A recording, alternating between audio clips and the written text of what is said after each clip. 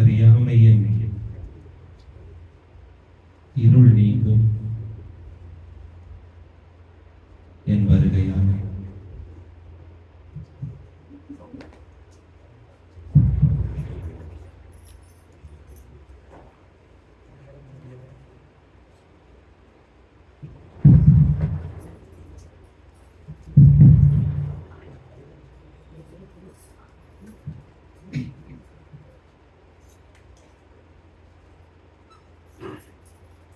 அறியாமையின் இருள் நீங்கும் என் வருகையால். ஞான ஒளியும் பொழிவும் கிடைக்க பெறும் என் அருள் மொழியால்.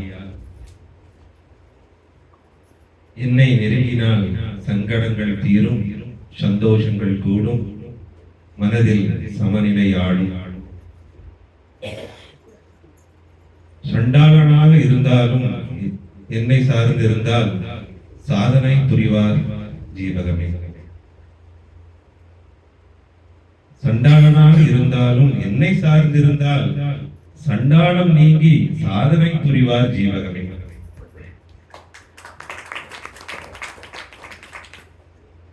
பொருள் ரீதியான பற்றுதல் அகலும், பேரின்பத்துக்கான பற்றுதல் மனதில் மேலோங்கும். நான் குணாதீதன், நான் ரூபவர்ஜிதன், நான் சத்தியத்தை உணர்த்தும் சத்தியபோதகன், நான் சச்சிதானந்தன், நான் சச்சிதானந்தன்.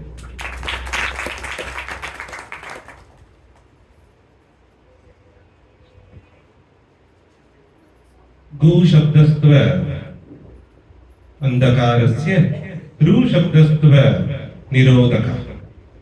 கு சப்தஸ்த்வ அந்தகாரஸ்ய ரு சப்தஸ்த்வ நிரோதகः. अंधकाराय निरोधा, अंधकाराय निरोधा गुरुरीति अभिद्यते, गुरुरीति अभिद्यते. அன்பின் வடிவங்களே, ஆத்மஸ்வரூபங்கள்,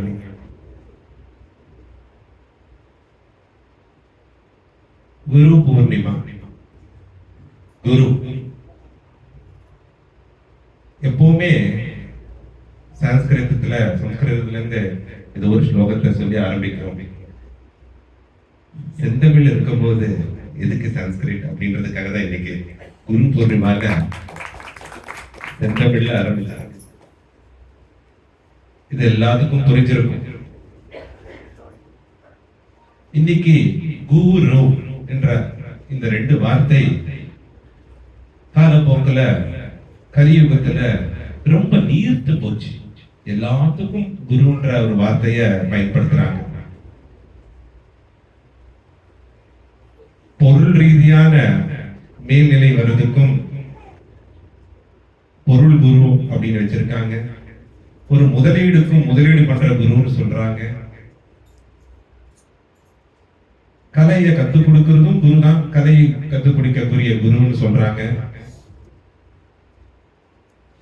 பள்ளி ஆசிரியர்களையும் குருன்னு சொல்றாங்க. விளையாட்டு துறையிலையும் குருன்னு சொல்றாங்க.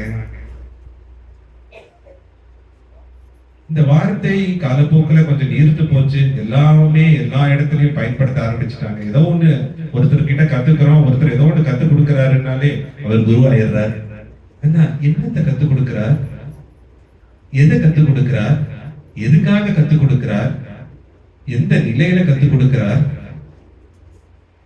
எந்த உணர்வோட கற்றுக் கொடுக்கிறார் அப்படின்றது நிறைய பேருக்கு தெரியறதில்லை.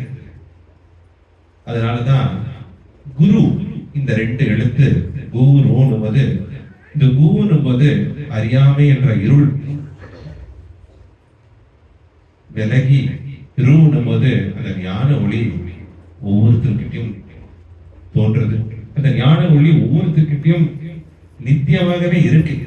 அந்த ஞான ஒளிய உங்ககிட்டயே இருக்குன்னு சொல்லி அந்த அறியாமையின் இருளை மட்டும் விளக்குறது தான் ஒரு உண்மையான குருவோட உத்தேசம். அதை நோக்கிதான் இன்னைக்கு குரு பூர்ணிமாவை எண்ணற்ற குருகள், பகவானே குருதான். ஆதியிலிருந்து சிருஷ்டி உருவானதுல இருந்து பிரம்மாவே குரு, குரு பிரம்மா, குரு விஷ்ணு, விஷ்ணுவே குரு, குரு தேவோ மகேஸ்வரன், மகேஸ்வரனே குரு. அந்த 3க்குமே மூலமா இருக்கக்கூடிய சாட்சாத் பரபிரம்மம் அதுவும் குரு அப்படின்னு நம்ம குருவோட வழிபாடுல இருக்கும். குரு பூர்ணிமா இன்னைக்கு ஒவ்வொருத்தரும் இந்த குருவோட சரணத்தை, பாதத்தை சமர்ப்பணம் பண்ண போது, இந்த கமலத்தினால சமர்ப்பணம் பண்ண போது, சரணத்துல கமலம் வைக்கிற போது, இந்த கமலமாவது வாடிரும், எனக்கு வாடாத கமலம் வேணும். அது என்ன கமலம்னா உங்களோட இதய கமலம்.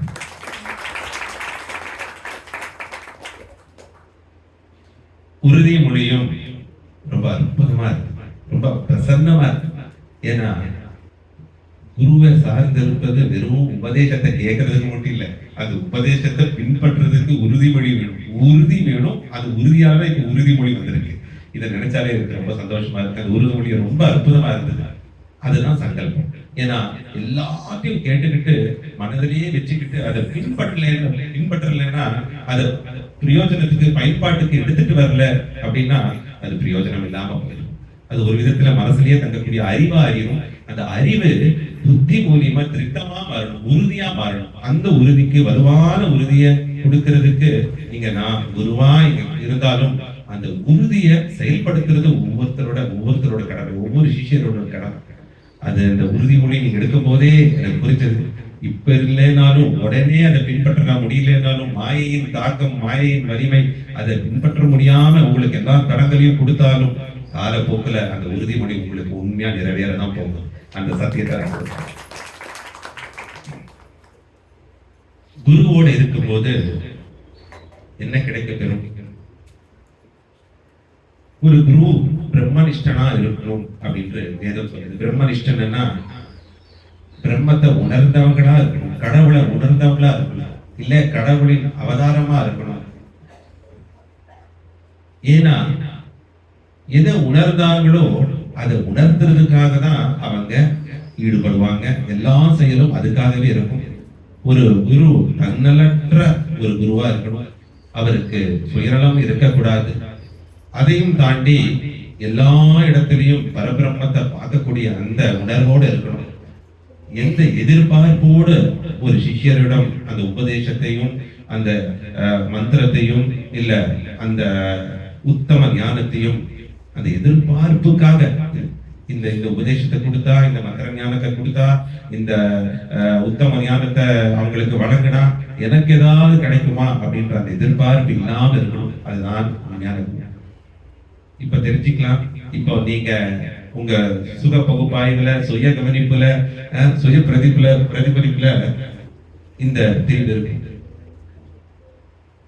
இந்த மனசுல இதை நீங்க ஆராய்ச்சி பார்க்கும்போது உங்களுக்கு புரியும்.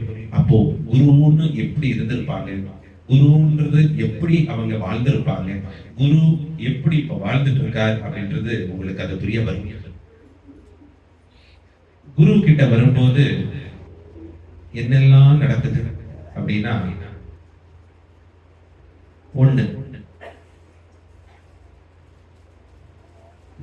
தேகம் என வரக்கூடிய எல்லா ஜீவாத்மாக்களுக்கும் இந்த உலகத்துல பிறந்தாச்சு. 84 லட்சம் பிறவியை கடந்து இந்த மனுஷ பிறவி கிடைச்சிருக்கு. இந்த மனுஷ பிறவிய நம்ம கர்ம வினைக்கு ஏத்த மாதிரி அது அந்த பலனுக்கு ஏற்ற மாதிரி ஒவ்வொரு பிறப்பும் இறப்பும் அமைஞ்சிட்டு இருக்கு. சுகமும் துக்கமும் ஒவ்வொருத்தருக்கும் வழங்கப்பட்டிருக்கு. இந்த அனுபவத்துல இந்த தேகபாவம் மூலியமா தான் ஒவ்வொருத்தருக்கும் துக்கமும் கிடைக்குது, ஒவ்வொருத்தருக்கும் தற்காலிக இன்பமும் கிடைக்குது. இந்த நான் தேகம் தேகம் என வரக்கூடிய எல்லா ஜீவாத்மாக்களுக்கு இது நிரந்தரம்ன்றது ஏதோ ஒரு காலகட்டத்துல அவங்க மனசுக்குள்ள எங்கிருந்து நான் வந்தேன், என்னோட மூலம் என்ன, எதை நான் அடையணும், என்னோட ஜென்மத்தோட லட்சியம் என்ன அப்படின்னு அந்த ஏக்கம் வரும்போது இந்த பிரபஞ்சம் அவங்களுக்கு ஒரு குருவை காட்டுது. இந்த பிரபஞ்சமே அவங்களுக்கு இந்த ஆத்மா அந்த மூலத்தை தெரியறதுக்கு, இந்த மூலத்தை அடையிறதுக்கு ஒரு சின்ன ஒரு முயற்சி எடுத்திருக்கு. அதுக்காக அந்த அந்த பிரபஞ்சம் என்ன பண்றது, அதுக்கு வழிகாட்டியா அவங்கள வழிகாட்டுறதுக்கும் அவங்கள அந்த ஞான மார்க்கத்துல எடுத்துட்டு போறதுக்கும் இந்த பிரபஞ்சமே ஒரு ஒரு குருவை உங்களுக்கு கண் முன்னாடி வந்து நிறுத்துது. அந்த குருவும் திருவின் அருளாலதான் எல்லா செயலையும் ஈடுபடுறார். இப்போ இந்த குரு கிட்ட வரும்போது அந்த தேகம் தேகம் என்று சொல்லக்கூடிய அந்த உணர்வு, நான் உடம்புதான் நம்ம தப்பான அடையாளத்துல இருக்கோம், அந்த விஷயம் முதல்ல விலகுது. அந்த விஷயம் விலகும் போது அப்பதான் ஆன்மீக ஞானமே பிறக்குது. அது வரைக்கும் பக்தியில இருந்த அந்த ஜீவாத்மா ஞானம்னு ஒண்ணு இருக்கு, அதுதான் பக்தியோட அடுத்த கட்டம் அப்படின்ற அந்த ஒரு படிக்கல்ல அந்த ஜீவாத்மா மேல ஏறுது. அந்த ஜீவாத்மா மேல ஏறி அந்த ஞான மார்க்கத்துல வரும்போது நான் தேகம் இல்லைன்னு புரிஞ்சது, இந்த மூலத்தை அடையணும்னு எனக்கு தெரியுது, ஆனா வழிகாட்டுறதுக்கும் வழிதுணையா இருக்கிறதுக்கும் யாரும் இல்லையே போது இந்த குருவோட அருள் கிடைக்குது, குருவோட நெருக்கமான நிலை கிடைக்குது, குரு கிட்ட இருந்த உபதேசமும் குரு வாக்கியமும் கிடைக்குது. இப்போ என்ன ஆகுதுன்னா அடுத்த நிலை குரு மூலியமா அந்த உபதேசம் கேட்கும் போது நான் தேகம் இல்லை, நான் அகம் என்ற அந்த நிலை வருது. நான் அகம்னா இப்ப தேகம் போய் என்ன வருது, தேகி நான் அகம் நான் ஆத்மா நான் ஆத்மான்ற அந்த அந்த புரிதல் வருது. அந்த புரிதல் வருது, ஆனா அது மனசுல நிலையா நிக்க மாட்டேங்குது. நான் அகம்னா நான் உடம்பு இல்ல, நான் மனசு இல்ல, நான் இந்த ஐம்புலன்களும் இல்ல, நான் ஆத்மா, அழிவில்லாத ஆத்மா, அளப்பறியாத ஆத்மா. எந்த சுகதுக்கமும் இந்த ஆத்மாவை நெருங்கிறது கூட நெருங்காது, அந்த நிலையில இருக்கக்கூடிய ஆத்மா. நான் கடவுளினோட துகில், கடவுளும் நானும் ஒண்ணுதான் அப்படின்ற அந்த புரிதல் இந்த ஆத்மாவை பரமாத்மா கிட்ட இருந்தா உற்பனமாய் வந்திருக்கு அப்படின்ற அந்த அந்த மெய்ப்பொருள் கொஞ்சமாவது விளங்குது. இந்த நிலை நாகம் வரும்போதுதான் நான் ஆத்மா. ஏதோ துக்கம் வரும்போது கூட எல்லாமே சொல்லுவாங்க, என்ன தலையெழுத்தோன்னு தெரியல, என்ன விதியோ தெரியல, என்னத்தை பண்ணி தொலைச்சேன்னே தெரியல, இப்ப இதெல்லாம் அனுபவிக்கிறேன். அதே சமயத்துல சந்தோஷம் வரும்போதும் நிறைய பேர் சொல்றாங்க, ஏதோ பண்ணிருக்கேன், இப்படி செல்வ செழிப்பு, இப்படி ஒரு பரிவாரம், இப்படி ஒரு நிம்மதியான நிலை, அதுவும் தற்காலிகமாக இருந்தாலும் அது கிடைச்சிருக்கு. அப்போ ஏதோ பண்ணிருக்கேன், அது அது துக்கத்தையும் கொடுக்குது, அது சந்தோஷத்தை கொடுக்குதுன்னா இது உடம்பு கிடையாது, இது ஆத்மா. இந்த ஆத்மா பல பிறப்பு எடுத்திருக்கு, ஆனா பிறப்பு இல்லாத நிலைய அடையிறதுக்கு முயற்சி பண்ணிட்டு இருக்கு. அதுக்கு இந்த உலக ரீதியான அனுபவங்கள் உதவி செஞ்சிட்டு இருக்கு. ஆனா இந்த பிறப்பு இந்த ஆத்மாவோட மூலம் எதுன்னு இந்த மனதுக்கு புரியல. அப்ப நாகம் போது நான் உடம்பு இல்ல, நான் மனசு இல்ல, ஆத்மான்ற அந்த புரிதல் வருது. இங்க குருவோட உபதேசத்தை தாண்டி இங்கதான் ஒரு இதுக்கப்புறம் தான் ஒரு போராட்டமே நடக்குது. குருவுடன் இன்னும் நெருங்கிறதுக்கு இந்த நாகம் தான் உதவி செய்யுது. அப்போ ஒவ்வொரு பிறவியில பல பிறவியில எல்லா அவதாரத்தோடு இருந்தவங்க தான் ஆத்மான்ற ஒரு புரிதல், ஆத்ம நிலையை அடையணும், பரமாத்மாவோட இணையணும்ன்ற அந்த தேடல் உங்ககிட்ட இருந்திருக்கு. அதுதான் இந்த பிறவியிலும் இந்த குருவோட இந்த சங்கமமா இருக்கும். இந்த சத்சங்கத்துல நீங்க இருக்கீங்க. அப்போ ஏதோ ஒரு காலத்துல இப்போதே சொல்லி வைத்தேன் பராபரமே அப்படின்னு சொல்றாங்க. அப்படின்னா கடைசி காலத்துல பகவான் நாமத்தை சொல்ல முடியுமா இல்லையா தெரியல. இப்போதே அது மாதிரி எப்போதோ நீங்க சொல்லி வச்சுட்டீங்க, ஏங்கிட்டீங்க, கேட்டுட்டீங்க, அதுக்காக ஒரு சின்ன பிரார்த்தனையாவது நடந்திருக்கு. அந்த பாக்கியம் தான் இப்ப வாழ்க்கை. எதுக்காக நான் பிறந்தேன், ஜென்மத்தோட லட்சியம் என்ன, ஆத்மஞானம் அடையிறது, இதுல குருவோட கிருபா, குருவோட கருணை எங்கிருந்து வருதுன்றது அந்த உணர்வெல்லாம் இப்பதான் வருது. இப்போ இந்த பிரபஞ்சமே உங்களுக்கு அது கொடுக்குது. அந்த கொடுக்கிற அந்த நிலையில இந்த நாகம் போகும்போது இந்த ஆத்மான்ற அந்த மனதளவுல தெரியுது, வாயளவுல சொல்றோம், வார்த்தை அளவுல அதை நம்ம சொல்றோம். மனசார அது நிலையா இல்லை, அது உணரல. நான் ஆத்மான்ற நிலையிலும் இருக்கு, ஆனா பிரதானமா பார்த்தேன்னா நான் உடம்பு மனசுக்காக தான் எல்லா செயலையும் இருக்கேன் அப்படின்னும் போது அடுத்த நிலைக்கு நம்ம போயிடுறோம். மூணாவது நிலை கோகம் கோகம் கோகம். அதாவது நாகம் முதல்ல தேகம் தேகம் தேகம் தேகம் போது உடம்பு உடம்பு எல்லாமே இந்த உடம்போட சுகபோகத்துக்காகவே வாழ்ந்துட்டு இருக்காங்க. இந்த உடம்போட சுகபோகத்துக்காக வாழும் போதே அந்த சுகபோகம் எல்லாம் நிறைவேறலைனாலும், அந்த சுகபோகம் எல்லாம் திருப்தி அடைஞ்சாலும், அந்த இந்த உடம்பும் மனசும் எதுலையும் திருப்தி அடையாது. இந்த பிரபஞ்சத்தோட ரகசியம் அதுதான். இந்த உடம்பும் மனசும் எதுலையும் திருப்தி அடையாது. அந்த திருப்தி அடையாத விஷயம் ஒருத்தருக்கு துக்கத்தையும் வழங்குது. ஆசைப்பட்டோம் நிறைவேறல துக்கம், ஆசை நிறைவேறிடுச்சுன்னா பேராசை, ஆசை நிறைவேறலைன்னா துக்கம், கோபம், பொறாமை, வன்மம், வெறுப்பு, இதெல்லாம் ஆசையிலிருந்து ஆரம்பிக்குது. ஆசை எங்க இருந்து ஆரம்பிக்குது அப்படின்னா ஆசைக்கு காரணம் பற்றுதல். அந்த நான் உடம்புன்னு நானே என்ன தப்பான ஒரு அடையாளத்தை மனசுல வச்சுக்கிட்டு நான் நடமாடிட்டு இருக்கேன், இங்க இருந்து ஆரம்பிக்குது. அப்போ தேகம் போய் நான் ஆத்மான வாயளவுல மனதளவுல நான் சொன்னாலும், வார்த்தை அளவுல அது தெரிஞ்சுக்கிட்டாலும் குருவோட உபதேசத்துல, ஆனா மனதளவுல அது நிலையா இல்லை. அப்பதான் மூணாவது நிலை வருது கோபம். கோபம்ல தான் பெரிய போராட்டமே நடக்குது. இங்க நடக்கிற போராட்டம் தான் உங்களுக்கு ஆத்ம நிலைய பேரின்பத்தை வழங்கக்கூடிய போராட்டமா இருக்கு. எல்லாமே ஒரு விதத்துல போராட்டம் தான். உங்க மனசுக்குள்ள, உங்க மனசுதான் உங்களுக்கு நண்பன், உங்க மனசுதான் உங்களுக்கு எதிரி. உள்ள இருக்கிற அந்த குரு, இந்த வெளியில இருக்கிற குரு, உள்ள இருக்கிற அந்த குருவை அது விழிப்பு நிலைக்கு எடுத்துட்டு வர்றதுக்கு இந்த மூணாவது நிலையா இருக்கக்கூடிய கோபம் கோபம் கோபம். கோபம் என்னன்னா, நான் ஆத்மான்னு எனக்கு தெரிஞ்சிடுது, ஆனா நான் யாரு? நான் ஆத்மான்றது எல்லாத்துக்கும் விடையா? நான் ஆத்மானா இந்த ஆத்மாவுக்கு மூலம் என்ன? நான் ஆத்மான்னு நான் எப்படி உணரணும்? நான் ஆத்மான்னு நான் வார்த்தை அளவுல சொல்றேன், மனதளவுல நினைக்கிறேன், எனக்கு புரியுது, ஆனா நான் அந்த நிலையிலேயே இருக்கிறேன்னா, அந்த நிலையிலேயே எல்லாத்தையும் அந்த ஆத்ம சௌந்தரியத்தை எல்லாத்துக்கும் நான் பார்த்துட்டு இருக்கேனா அப்படின்ற அந்த அந்த ஏங்கல், அந்த அந்த அந்த வைராக்கியம், அந்த பிடிவாதம், இது கடவுளை நான் அடையணும், கடவுளை உணரணும். இந்த ஆத்மா நிலையை அடையும் போது நான் கடவுளோட தரிசனத்தை பார்ப்பேன், அந்த ஆத்ம சௌந்தரியத்தை எனக்குள்ள இருக்க நான் உணர்வேன், எல்லாமே ஆத்மாவா எனக்கு தெரியும். அப்போ ஒரு பேரின்ப நிலை எனக்கு கிடைக்க பெறும் அப்படின்ற அந்த நம்பிக்கையில அந்த மார்க்கத்துல போகும்போது இந்த மூணாவது நிலையில தான் பெரிய போராட்டமே ஒவ்வொருத்தருக்கும் காத்துட்டு இருக்காங்க. போராட்டம் என்னன்னா, கெட்ட எண்ணங்களுக்கும் நல்ல எண்ணங்களுக்கும் போராட்டம். உடம்புல ஒரு பெரிய குருக்ஷேத்திர போரே நடக்கும். நல்ல எண்ணங்கள் எல்லாம் பாண்டவர்கள், கெட்ட எண்ணங்கள் எல்லாம் கௌரவர்கள். இந்த போராட்டம் நடக்கும். இது இந்த உடம்பே ஒரு குருக்ஷேத்திர பூமியா இருக்கும், இந்த மனதே உடம்பே ஒரு குருக்ஷேத்திர பூமியா இருக்கும். அதுலயும் உள்ள இருக்கிற ஆத்ம சாரதியா குருவோ கடவுளோ இருப்பார். அந்த கடவுளே தான் குருவின் வடிவமா இருப்பார், சத்குருவா சச்சிதானந்த குருவா இருப்பார். அப்போ ஆத்ம சாரதின்னு இங்க நம்ம சொல்றது பிரார்த்தனைக்கே சாரதியா இருக்கக்கூடிய கிருஷ்ண பரமாத்மாவை தான் சொல்றோம். அப்போ ஒவ்வொருட ஆத்மாவுக்கு சாரதி பரமாத்மா தான்.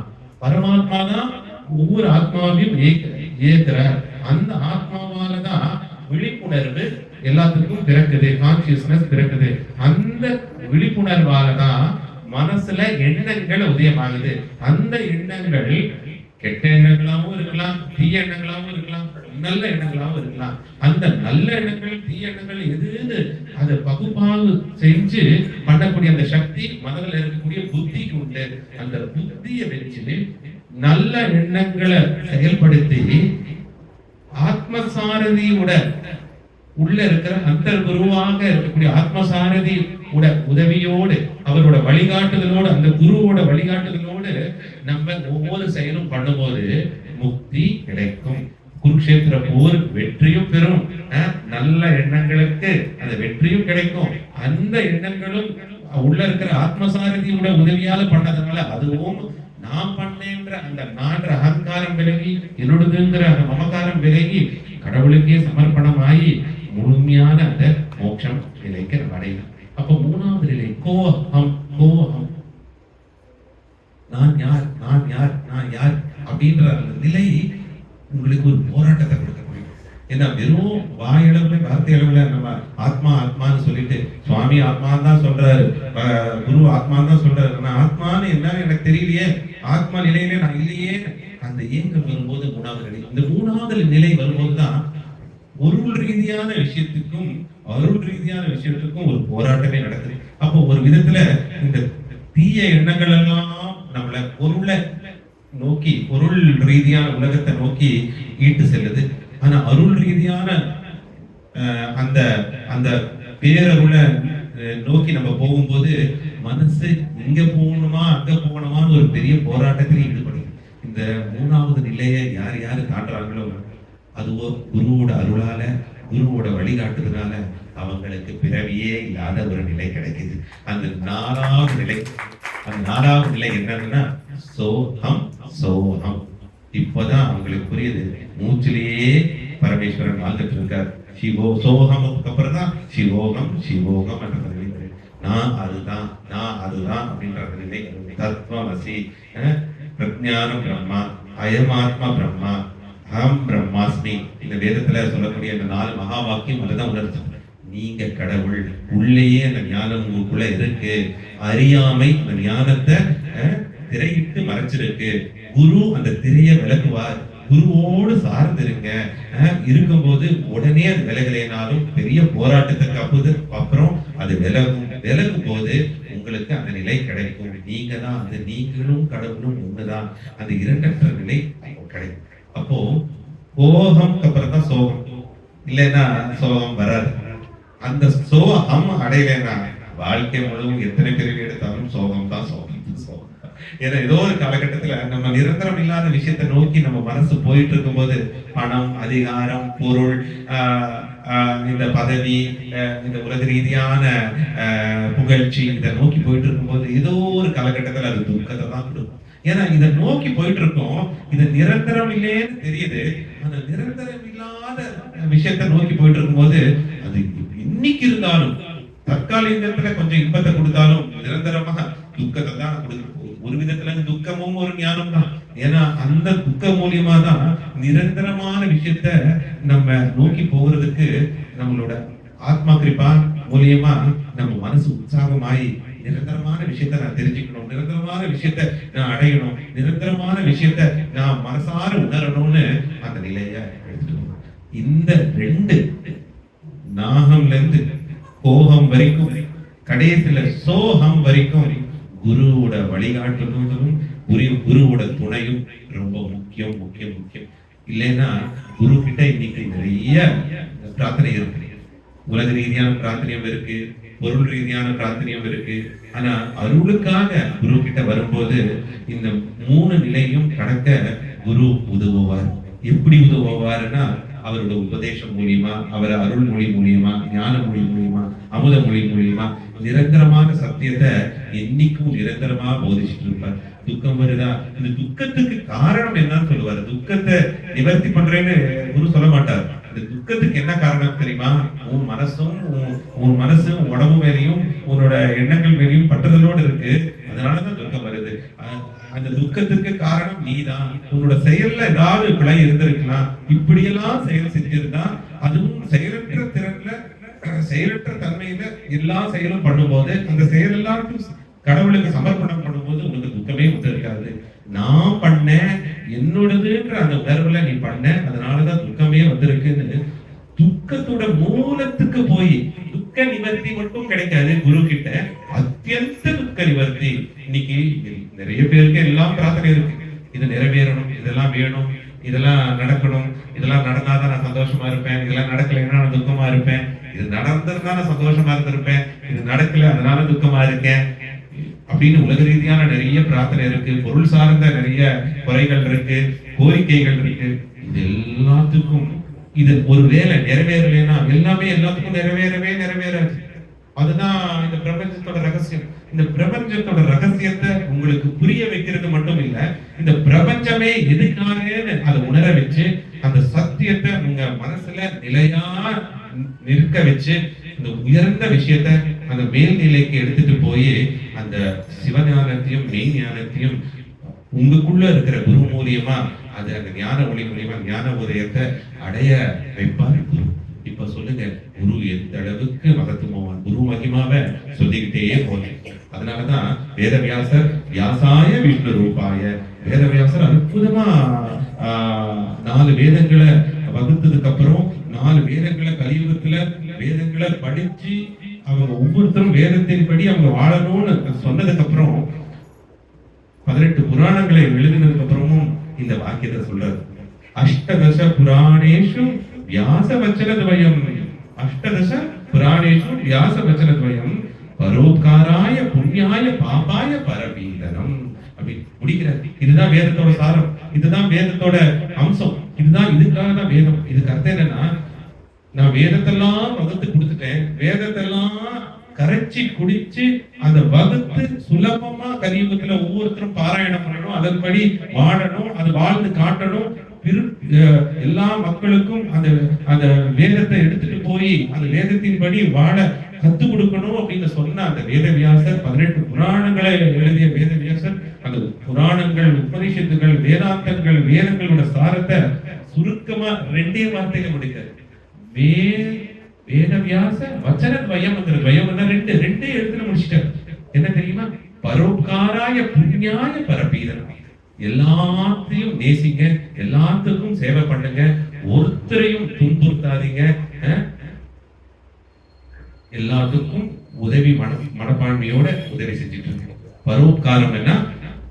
சேவை, சேவை, அனைவரையும் நேசி, அனைவருக்கும் சேவை சேவை. Love all, serve all, help ever, hurt never. இதுதான் வேதத்தோட சாரம். சுருக்கமா பகவான் ஸ்ரீ சத்யசாய் பாபா முடிச்சிட்டாரு. ரொம்ப கஷ்டப்பட்டெல்லாம் வேதம் படிக்காதீங்க, வேதம் பாராயணம் பண்ணாதீங்க. கலியுகத்துல வேதத்தையும் மனசுல நிற்கக்கூடிய அந்த நினைவாற்றல் எல்லாத்துக்கும் கிடையாது. கலி அதை கூட அது புத்தகத்தை தான் பார்த்து படிக்கணும், ஸ்ருதி ஞானம் எல்லாத்துக்கும் கிடையாது. இந்த 2 வார்த்தைய மறக்காம மனசுல நிலையா வச்சுக்கிட்டா உங்களுக்கு மோட்சமும் உண்டு, அந்த சோகம் என்ற சிவோகம் என்ற நிலையும் உண்டு, ஆத்ம ஞானமும் உண்டு, பிரம்ம ஞானமும் உண்டு. அப்படின்ட்டு என்னன்னா, லவ் வால் Sarwal help ever hurt never. இந்த லவ் வால் சர்வால் ஹெல்ப் எவர் ஹர்ட் நெவருக்கு தான் பகவான் ஷிரடி பாபா இன்னைக்கோ சொல்லி வச்சுட்டார், ஸ்ரத்தா சபூரி, நம்பிக்கை, பொறுமை. ஏன்னா எல்லாத்தையும் அனைவரையும் நேசின்னு சொல்றது ரொம்ப சுலபம், அனைவருக்கும் சேவை செய்யுன்னு சொல்றது ரொம்ப சுலபம். உறுதிமொழி எடுத்த மாதிரி உறுதிமொழி ரொம்ப சுலபம். அந்த உறுதியோட அந்த அந்த எடுத்த அந்த மொழிய சொன்ன அந்த வச்சனத்தை பின்பற்றுறது ரொம்ப கஷ்டம். இன்னைக்கு கடவுளை நம்ம கோயில்ல மட்டும் பாக்குறோம், இது ஒரு விதத்துல பக்தி. வீட்டுல பாக்குறோம் பக்தி, ஒரு குரு மூலியமா பாக்குறோம் குரு பக்தி, சாஸ்திரங்கள் மூலியமா படிக்கும் போது அந்த உணர்வு வருது, சாஸ்திர கிருபா.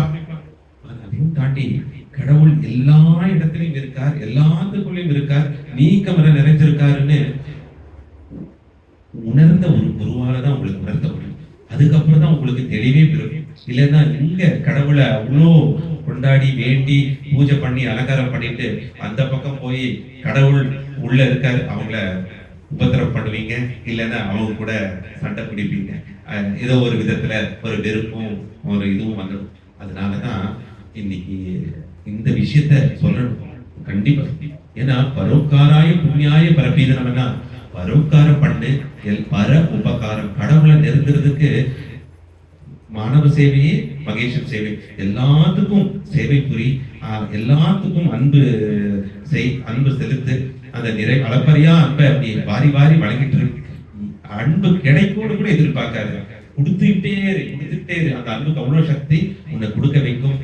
இப்ப கருணாமூர்த்தியா இரு, யாரு உபத்திரம் பண்ணாலும் மன்னிச்சு விடு, மறந்து விடு.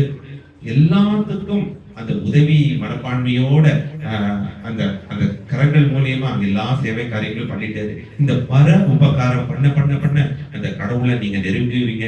அந்த நெருங்கும் போது உங்களுக்கு புண்ணியம் இன்னும் ஜாஸ்தி ஆகும். புண்ணியத்தையும் குரு மூலியமா கடவுளுக்கே சமர்ப்பணம் பண்ணி இந்த மோட்சத்துக்கு அந்த நிலைக்கு போவீங்க. இதுக்கு எதிர்மறையான விஷயம் என்ன? கடவுளை நெருங்க முடியல அப்படின்னா அப்போ பாவம் பண்றதுக்கு இந்த கலியுகத்துல மாயை எல்லா விதமான விஷயத்தையும் உருவாக்கி இருக்கு. துர்புத்தியை கொடுத்து துஷ்கர்மத்தை பண்ண வச்சு அறியாமையிலான எல்லா மாயையின் சுழற்சிக்குள்ள சிக்க வச்சு திரும்ப திரும்ப பிறப்பம் எடுக்கிறதுக்கும் இருக்கிறதுக்கும் ஏதோ ஒரு விதத்துல அனுபவத்தை உங்களுக்கு வழங்குறதுக்கும் மாயை காத்துக்கிட்டே இருக்கு. இப்போ மாயை என்ற திரை விலகணும்னா நீங்க முயற்சி, ஒவ்வொரு ஜீவாத்மாவும் பிரயத்தனத்துல ஈடுபடணும். அந்த எந்த விதமான முயற்சி உங்களுக்கு பலன் அடைக்கும்னு நீங்க நினைக்கும் போது, இந்த முயற்சியில எனக்கு யாராவது ஒருத்தர் துணை வேணும்னு நினைக்கும் போது, இந்த முயற்சிய இன்னும் அதிவேக முயற்சியா நான் பண்றதுக்கு, எனக்கு உற்சாகம் பண்றதுக்கு யாராவது இருக்கணும்னு நினைக்கும் போது, அங்க உணர்ந்த குரு, சச்சிதானந்த குரு, சத்குரு உங்க முன்னாடி தோன்றும். இதுதான் பெரிய நிலை. இந்த நிலை வரும்போதே உங்களுக்கு எல்லாமே. அப்போ குரு பூர்ணிமான்றோம், இன்னைக்கு பௌர்ணமி. அப்போ பௌர்ணமி எதை குறிக்கிறது? பூர்ணமான நிலவை குறிக்கிறது. நிலவுன்னும் போது அதுக்கு ரெண்டு குணாதிசயம். ஒண்ணு பவித்திரமான அந்த பிரகாச ஒளியில இருக்கு, நிலவு போல மூர்த்தி அப்படின்னு சொல்லுவோம். நிலவு போல மூர்த்தினா அந்த சந்திரன் போல பொழிவு இருக்கக்கூடிய அந்த முகத்தை சொல்லுவோம். அந்த சந்திரன்ங்கிறது மனசை குறிக்கிறது. சந்திரமா மானசோ ஜாதகா. இந்த சூரியனுங்கிறது கண்ணை குறிக்கிறது, சந்திரனுங்கிறது மனசை குறிக்கிறது. அப்போ இன்னைக்கு பௌர்ணமியில நம்ம மனசு பூர்ணமாயிடும். பூர்ணம்னா எல்லாமே எனக்கு தெரிஞ்சிருச்சு, எங்க இருந்து வந்தேனோ அதை நோக்கி நான் என்னோட பயணம் இருக்கணும். அந்த நோக்கி பயணத்துல நிறைய தடைகள் எல்லாம் இருக்கு.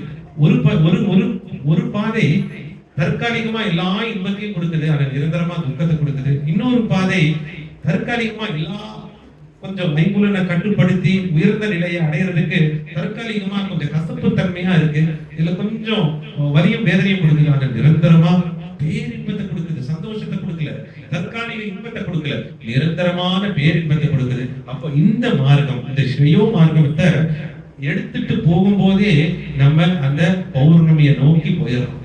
இந்த பிரயோ மார்க்கத்தை எடுத்துட்டு போகும்போது அது அறியாமையின் இருளா, தேய்பிரை வளர்பிரையா, தேய்பிரையா எங்க போகுது? அமாவாசையை நோக்கி போயிடுது, அறியாமையின் இருளுக்குள்ள போயிடுது. அப்போ ஒவ்வொருத்தரும் வளர்பிரையா இருந்து பௌர்ணமி அடையணும். அதுதான் மனசுங்கிறது சந்திரன் போல. அதே சமயத்துல இன்னைக்கு ஏதோ ஒரு விதத்துல மனசும் சஞ்சலமாவே இருக்கு, நிச்சலம் இல்ல. சின்ன சின்ன விஷயங்கள் மனசை துக்கப்படுத்துது, வேதனைப்படுத்துது, கஷ்டப்படுத்துது. நம்மளோட மனசோட சமநிலையை ஒவ்வொருத்தரும் இழந்துடுறாங்க. இதெல்லாத்துக்கு காரணம் என்ன? மனசு அவங்களோட கட்டுப்பாடு கூட இல்ல. மனசோட கட்டுப்பாட்டுல எல்லாம் இருக்காங்க, அதுதான் மாயை. மனசு அவங்க ஆத்மாவோட கட்டுப்பாட்டுக்குள்ள எப்போ வரும்? அது முழுமையான ஞானத்தினால, அந்த ஜீவாத்மாத்தோட பிரயத்தனத்தால, இந்த குருவோட கிருப்பாவால, ஈஸ்வரத்தோட அனுகிரகத்தினால அது முழுமையா கிடைக்கப்பெறும். அந்த நாள் தான் இந்த குரு பூர்ணிமா. அந்த மனசை முழுமையான நிலவாக்குறதுக்கு, அந்த பொழிவு, ஞான ஒளி பொழிவோட எல்லாத்துக்கும் பிரகாசத்தை கொடுக்கறதுக்கு, அதையும் தாண்டி அடிக்கடி எல்லாமே இந்த காலத்துல பயன்படுத்துற ஒரு வார்த்தை, ரொம்ப டென்ஷன் ஆயிட்டேன், கொஞ்சம் கூல் பண்ணிட்டு வந்தாரு. கூல் பண்றதுக்கு என்னென்னமோ பண்றாங்க. ஒரு குருவோடு இருந்தாலே கூல் ஆயிரும். ரொம்ப டென்ஷன் ஆயிட்டாங்க, ஏதோ டென்ஷன் இருக்கிற மாதிரி டென்ஷன் ஆயிட்டாங்க. என்ன எதுக்கு டென்ஷன் ஆகுறாங்கன்னு தெரியல. ஏன் ஆசை பண்றது? இந்த டென்ஷனுக்கு மூலமே என்னன்னா டென்ஷன் தான். ஒரு வெள்ளக்காரனுக்கு ஒரு ஒரு ஒரு ஆங்கிலேயர் ஒருத்தர் கிட்ட போய் கேட்கிறாரு, ஒரு ஒரு பாமரன், படிக்காத ஒரு பாமரன் கிட்ட போய் கேட்கிறாரு, என்னன்னா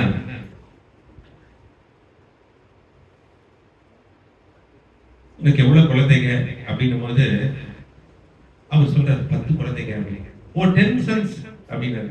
10 sons அப்படின்னு அப்போ அவர் அந்த மூஞ்சியில அந்த ஒரு மாதிரி ஒரு துக்கத்தையும் வெறுப்பையும் ஆச்சரியத்தையும் காட்டினாரு. அன்னில இருந்து அந்த வார்த்தை என்ன ஆயிடுச்சுன்னா எல்லாத்துக்கும் டென்ஷன் ஆயிடுச்சு. 10 குழந்தைங்களை ஒரு அப்பா அம்மா மேல கரை சேர்த்த முடியுமா அப்படின்ற அந்த இது. கடவுளுக்கு இந்த அண்ட பிரம்மாண்டம் எல்லா லோகமும் குழந்தைங்க தான், எல்லாமே கடவுளோட குழந்தைங்க தான், எல்லாமே அவரு கிறிஸ்து புத்திரன் தான். ஆனா அந்த வார்த்தை என்ன ஆயிடுச்சுன்னா இப்ப இன்னைக்கு தொட்டதுக்கெல்லாம் டென்ஷன் டென்ஷன் டென்ஷன். ஏன்? மனசு நம்ம ஆத்மாவோட கட்டுப்பாடுல இல்ல, இருதயத்தோட கட்டுப்பாடுல இல்ல, மனசோட கட்டுப்பாடுல எல்லாம் இருக்கிறதுனாலதான் அந்த மனசு இந்த காலத்துல சொல்லக்கூடிய மன அழுத்தம், டென்ஷன், வெறுப்பு இதெல்லாம் வருது. அப்போ இந்த குருவோட சார்ந்து இருக்கும்போது என்ன ஆகுதுன்னா மனசுக்கு பொலிவும் ஞானம் மூலியமா அந்த பொலிவும் கிடைக்குது, அந்த பிரகாசம், ஞான பிரகாசமும் கிடைக்குது. அதே சமயத்துல மனசு என்னைக்குமே குளுமையா இருக்கிற அந்த சமநிலையும் கிடைக்குது. அப்போ சந்திரன் பொலிவு, பூர்ணம், பௌர்ணமி, அதையும் தாண்டி குளுமை. இப்போ இன்னைக்கு சாயந்தரத்துக்கு அப்புறம் தான் அந்த குளுமை வரும். ஆனா இப்பவே என்ன பார்த்ததுனால உங்களுக்கு குளுமையும் வந்திருக்கணும், இந்த பேச கேட்கறதுனால மனசும் சமநிலை ஆயிருக்கணும், அந்த பொழிவும் கிடைச்சிருக்கணும். இது போக போக குருவோட இருக்கும் போதே அது கிடைக்கிறது. அதனாலதான் பெரிய பொக்கிஷத்தை அது உங்களுக்குள்ளதான் இருக்கு. அதை நீங்க தெரியாம இருக்கீங்க, அத நீங்க தேடாம இருக்கீங்க. அதுக்காக தான் குரு வந்து இந்த ஞான ஒளியா வந்து சொல்றாரு, அந்த பொக்கிஷம் உங்களுக்குள்ளதான் இருக்கு. நீங்க தெரியலீங்களே அப்படின்னா, அறியாமைங்கிற இருள்ல இருக்கும்போது அது தெரியல, அறியாமைய குரு விளக்குவார். டார்ச் லைட் மாதிரி, கலங்கரை விளக்கம் மாதிரி உங்களுக்கு அந்த சம்சார சகரத்துல அந்த ஒளியை கொடுக்கும் போது உங்களுக்கு அந்த நிலை கிடைக்கும். ஒரு குருவோட ஒரு மகிமாவை, குருவோட முக்கியத்துவத்தை சின்ன ஒரு உதாரணமா சொல்லணும்னா, ஒரு ஒரு பெரிய அறை இருக்கு, ஒரு பெரிய அறை இருக்கு. அந்த அறை வந்து இந்த அறையில இருந்து அந்த அறைக்கு போகணும். அந்த அறைக்கு போகும்போது இருட்டா இருக்கு, இருளா இருக்கு. அங்க என்னென்ன வஸ்துகள் இருக்குன்னு தெரியல. போகும்போதே சொல்றாங்க அங்க சர்ப்பம் இருக்குன்றாங்க, பாம்பு இருக்குன்றாங்க, அங்க ஒரு மிருகம் இருக்குன்னு சொல்லலாம், இல்ல வேற ஏதாவது மரம் முன்னாடி தடங்களா இருக்கலாம். ஆனா அந்த அறைக்குள்ள என்னென்ன சில பர்னிச்சர் கூட இருக்கலாம், இதெல்லாம் அங்க இருக்கலாம். அப்போ போகும்போது என்ன ஆகுது, அந்த அந்த ஒளி இல்லாத அந்த பயணம் என்ன ஆகுது, அங்கங்க போய் நம்ம முட்டிக்கிறோம், பயத்திலேயே போறோம். ஒரு ஒரு உறுதியோட போறதுல ஒரு ஏதோ ஒரு வழிபாதையை நோக்கி போறோம், பயத்திலே போறோம். அங்கங்க போய் எங்கேயாவது அங்க கால் அங்க பட்டு அங்க ஒரு சின்ன சின்ன காயம் ஏற்பட்டுறது, காலுக்கும் காதுக்கும். ஏதாவது ஒரு அந்த பிராணி இருந்ததுன்னா அதை மிதிச்சு அது கோபம் வந்து உங்களுக்கு ஒத்திடுது. இந்த மாதிரி எல்லாம் நடக்குது. இந்த இருளான இந்த அறைக்குள்ள யாராவது ஒருத்தர் ஒரே ஒரு லைட்டை மட்டும் ஸ்விட்ச் ஆஃப் பண்ணிட்டாங்கன்னா என்ன இருக்கும், எப்படி போகணும்னு தெரியும், எல்லாம் எங்கெங்க இருக்குன்னு தெரியும். குருவோட வேலை அதுதான், உள்ள இருக்கிற லைட்டை ஸ்விட்ச் ஆஃப் பண்றது. நீங்க தான் ஸ்விட்ச் ஆஃப் பண்ணி வச்சிருக்கீங்க, நீங்க தான் ஸ்விட்ச் ஆஃப் பண்ணி வச்சிருக்கீங்க. குருவோட வேலை உள்ள இருக்கிற அந்த லைட்டை, அந்த ஒளியை ஸ்விட்ச் ஆன் பண்ணி எது எது நீங்க இல்லையோ அது அதை உங்களுக்கு உணர்த்து. எது நீங்க இல்ல, நீங்க உடம்புன்னு நினைச்சிட்டு இருக்கீங்க, அது இல்லை. அது இன்னைக்கு இருந்தாலும் இந்த மண்ணால வளர்ந்தா இந்த உடம்பு மண்ணுக்குள்ள போயிடும். இல்ல பஞ்சபூதத்தால இந்த சரீரம் வளர்ந்தால் ஹீரியத்தை அணினே இது சரீரகா, எது ஒண்ணு மாற்றத்துக்கு உட்பட்டதோ, எது ஒண்ணு ஒரு மாற்றம் அடைஞ்சிட்டே இருக்கோ அது சத்தியம் கிடையாது. அப்போ இந்த உடம்புங்கிறது மாற்றம் அடைஞ்சிட்டே இருக்கு. சின்ன பாலிய பருவத்திலிருந்து வயோதிக நிலை வரைக்கும் ஒரு காலகட்டத்தில் அது மாறிட்டே இருக்கு. ஆனா உள்ள இருக்கிற ஆத்மா மாற்றம் இல்லாதது, சத்தியமானது, அழிவு இல்லாதது, முழுமையானது, அளப்பறியாதது. இந்த நிலையை உங்களுக்கு உணர்த்துறதுக்காக குரு என்ன பண்ணுவார், முதல்ல சொல்லுவார், நீங்க உடம்பு நினைச்சிட்டு இருக்கீங்களா, அது இல்லை. நீங்க உடம்புன்னு எந்த நினைப்புல இருக்குது, இந்த நினைப்புல இருக்கிறதுக்கு யார் காரணம், உங்க புத்தி காரணம், உங்க மனசு காரணம். அந்த மனசை நீங்க இப்படி எல்லாம் கட்டுப்படுத்தணும் அப்படின்ற அந்த நிலையில வருவார். இந்த நிலையில வரும்போதுதான் சுமார் ஒரு 6 நிலை இருக்கு. 6 நிலை என்னன்னா, முதல்ல குரு கிட்ட வரும்போது என்ன நடக்கும், இந்த கோபம்ல இருந்து சோகம் போறப்போ இந்த 6 நிலை தான் நடக்கும். இந்த 6 நிலை என்னன்னா, முதல் குரு கிட்ட வரும்போது, இன்னைக்கு குரு கிட்ட வரும்போது நிறைய பேருக்கு சொல்லுவீங்க கை வலி, கால் வலி, உடம்பு பிரச்சனை அப்படின்னு. அதெல்லாம் கூட நிவாரணம் ஆனாலும் அதுக்கெல்லாம் கூட உலக ரீதியான படிச்ச டாக்டர்ஸ், வைத்தியர்கள் எல்லாம் இருக்காங்க. ஆனா குரு கிட்ட வரும்போது குரு ஒரு சிறந்த மன வைத்தியர். மனஸ்ரோகம் முதல் நிலை, இந்த மனஸ்ரோகம். கோபம்ல இருந்து சோகம் போகும்போது மனசுல இருக்கக்கூடிய ரோகம், மனசுல என்னென்ன நோய்கள் இருக்குன்னு உங்களுக்கே புரிய வைப்பார். உங்க மனசுல என்னென்ன நோய்கள் இருக்குன்னு உங்களுக்கே அது புரிய வைப்பார். இது முதல் நிலை. இது கோபத்துல இருந்து சோகத்து கூட அந்த பரிணாம வளர்ச்சியில இது நடக்கும்.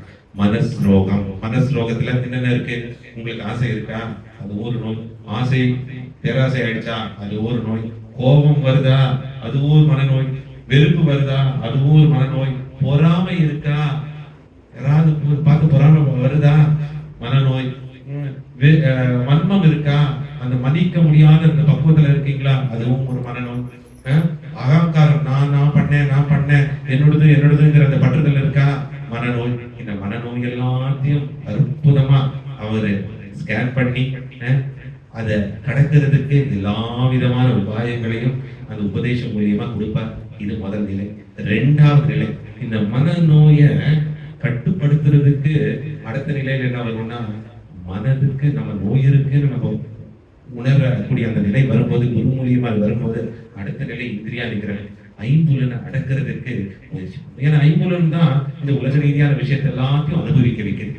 இந்த ஞானேந்திரியம் கர்மேந்திரியமும் கடவுளுக்காக தான் அது கொடுக்கப்பட்டிருக்கு, கடவுளை உணர்றதுக்காக தான் கொடுக்கப்பட்டிருக்கு.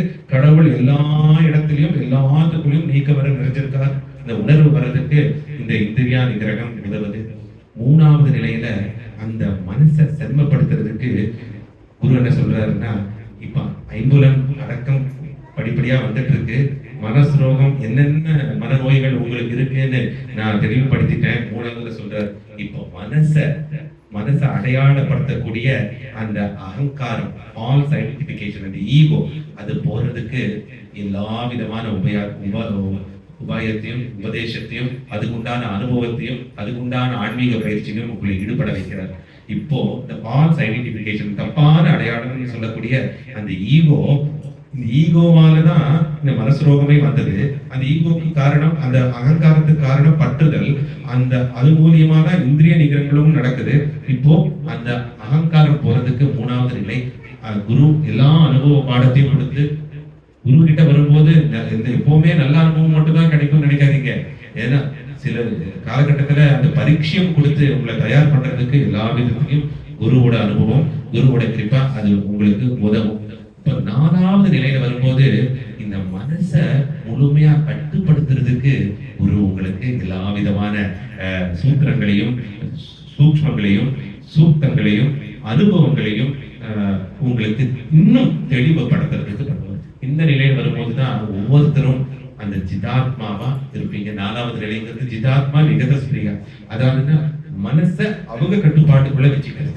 மனசோட கட்டுப்பாட்டுல எல்லாம், ஆனா மனசோட கட்டுப்பாட்டுல எல்லாம் இயங்குறதுனாலதான் இந்த 4 படி. மனசு ரோகத்தை நம்ம மனசுக்குள்ள என்ன நோய் இருக்குன்னு தெரிஞ்சுக்கிறதுக்கு அப்புறம், குரு மூலியமா தெரிஞ்சுக்கிறதுக்கு அப்புறம், ஐம்புல நடக்கிறதுக்கு அப்புறம், கொஞ்சம் கொஞ்சமா இந்த சத்மார்க்கத்துல நல்ல சத்சங்கத்துல இணைஞ்சதுக்கு அப்புறம், மூணாவது நிலையில அந்த அகங்காரம் மெதுவா நான் எதையும் செய்பவனில்லை, நான் எதையும் அனுபவிப்பவனில்லை என்ற நிலை வந்ததுக்கு அப்புறம், நாலாவது நிலையில மனசு முழுமையா தன் கட்டுப்பாட்டுக்குள்ள வருது. ஐந்தாவது நிலையில மனசு கட்டுப்பாட்டுக்குள்ள வரும்போது அவருக்கு இந்த மனச கட்டுப்பாட்டுக்குள்ள வச்சுக்கும் போது என்னென்னா துக்கம் வருது. ஏன்னா இந்த மனசு எப்பவுமே ஆத்மாவோட கட்டுப்பாட்டுக்குள்ள இருக்கிறதுக்கு அது வராது. அப்போ அது மனசு உலக ரீதியான விஷயத்துல அலப்பாஞ்சிட்டே இருக்கும், எண்ணங்கள் அதெல்லாம். இப்பதான் அந்த குருவோட கிருப்பா அந்த ஐந்தாவது நிலையில முழுசா வரும். நான் உனக்கு அந்த முழுசா இவ்வளவு முயற்சி பண்ணி வந்துட்டேன், இவ்வளவு பண்ணிட்டேன், எல்லா கொஸ்டின் அட்டெண்ட் பண்ணிட்டேன், கொஞ்சம் கிரேஸ் மார்க்காவது போட வேண்டாமா?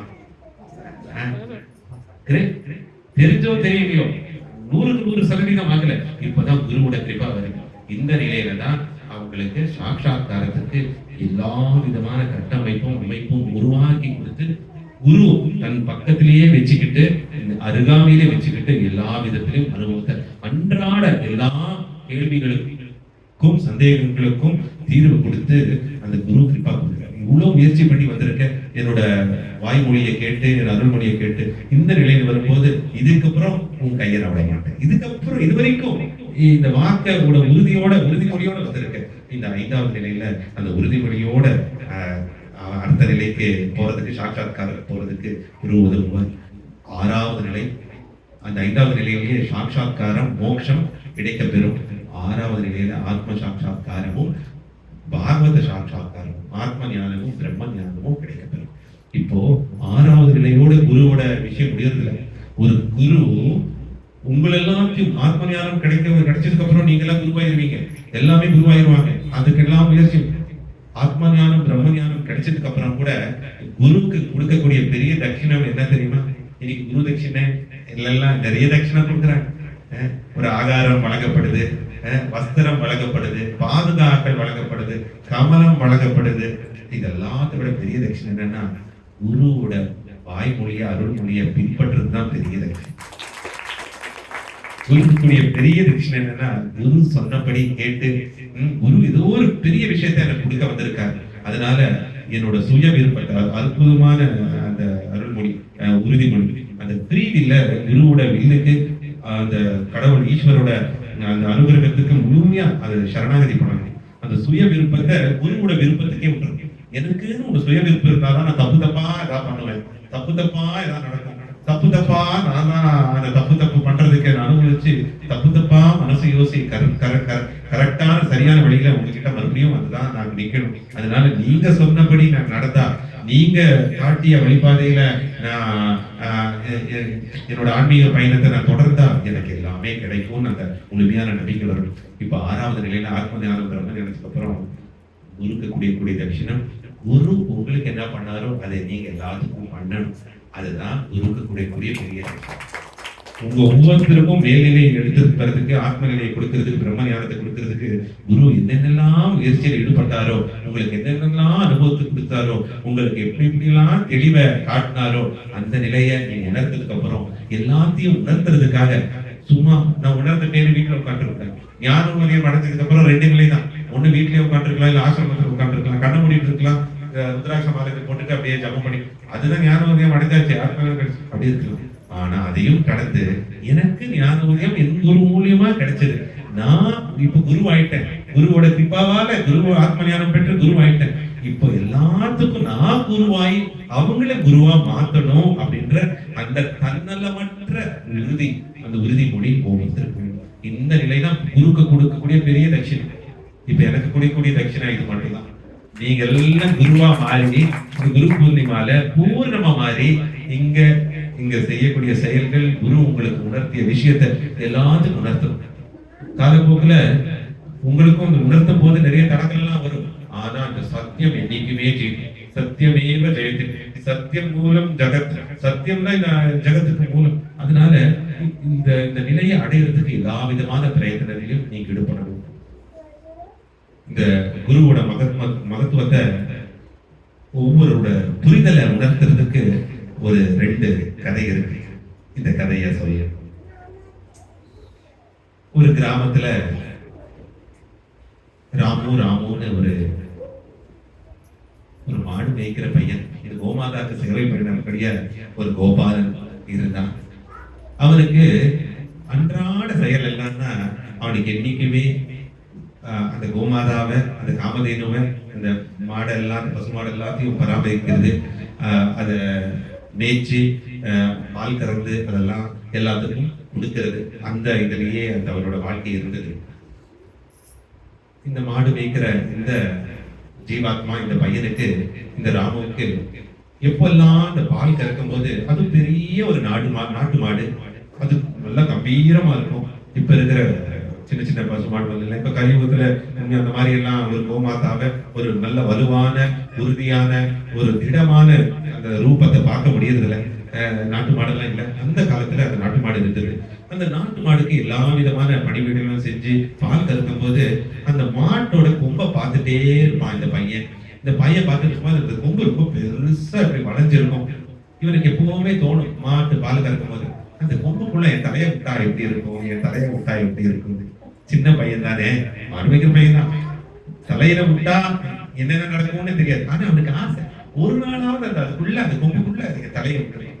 ஏன்னா அப்படியே முக்கோண வடிவுல இருக்கு, அப்படியே அந்த வட்ட வடிவுல அப்பப்போ தெரியுது, அந்த கொம்புக்குள்ள என் தலையை விட்டுருக்கும். இப்படியே நினைச்சு பால் கறக்கும் போது நினைச்சு 1 வருடம் ஆயிடுச்சு. ஒரு வருடமா அந்த நினைப்பு மனசுல இருந்துகிட்டே இருக்கு. இதுதான் ஆசைன்னு சொல்லுவோம். இதோட அடையலன்னா அந்த ஆசை மனசுல அப்படியே அந்த எண்ணங்கள் இருந்துகிட்டே இருக்கு. அப்போ இந்த ராமு அதை பார்த்துக்கிட்டே இருக்காங்க. ஒரு நாள் அவனால முடியல. எவ்வளவு நாள்தான் பார்த்துக்கிட்டே இருக்குது. ஒரு நாள் முயற்சியில் ஈடுபட வேண்டியதுதான் அப்படின்னு அந்த அந்த மாடை கொம்ப பிடிக்கிறான், அதை இன்னும் வளைக்கிறான். தலை போக மாட்டேங்குது. ஆனா இருந்தாலும் தலை போகணும்னு ஆசை. அதை வளைச்சு, மாடு பழகின மாடுதான், அவன் பராமரிச்ச மாடுதான், அம்மா மாதிரி தான், இருந்தாலும் அதை வளைச்சு அந்த கொம்ப சக்தியெல்லாம் கொஞ்சம் வளைச்சு அந்த தலையை விடும்போது மாட்டுக்கு அந்த கொம்போட வளைக்கிறதுனால அந்த வந்த வலி மாட்டு காளை மாதிரி ஓடுது. இப்போ அவன் தலையும் உள்ள போய் மாட்டிக்கிச்சு. கத்துறான், அலறான், வலியும் தாங்க முடியல. மாட்டுக்கும் வலியும் தாங்க முடியல. மாட்டுக்கு என்ன பயம்?